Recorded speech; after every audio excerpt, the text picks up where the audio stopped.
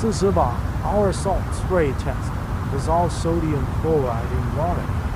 Pour the prepared brine into the salt solution. Tap the test chamber. Place the product inside gently. Adjust and lay it flat to ensure mist covers all surfaces evenly. Close the lid. Set temperature and test duration. Then start the machine. Salt mist fills the chamber gradually. 48 hours later. Open the lid after 48 hours. It is covered with water droplets. Light salt residue left.